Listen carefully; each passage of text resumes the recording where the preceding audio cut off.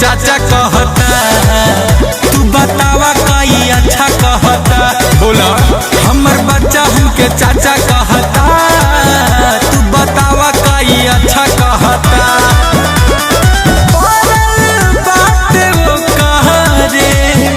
SIM पर छाई भाई भाई में का करई लड़ाई। हमर बच्चा हमरे चाचा कहता, तू बतावा कई अच्छा कहता।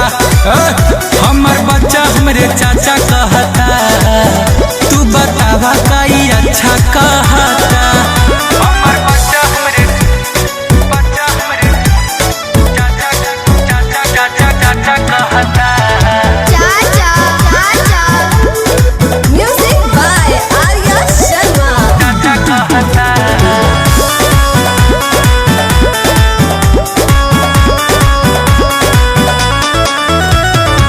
अब से अपना हदर के आदर करे जेना जानी हो।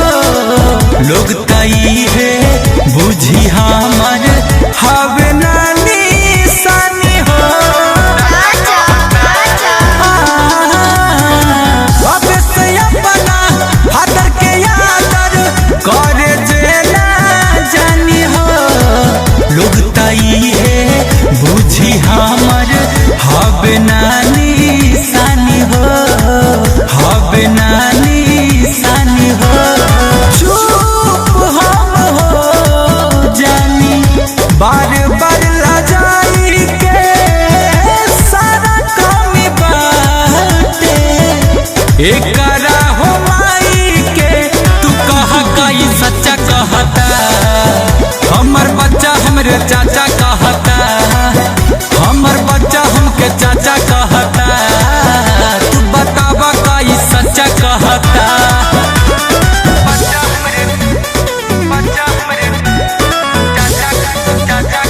चाचा कहता।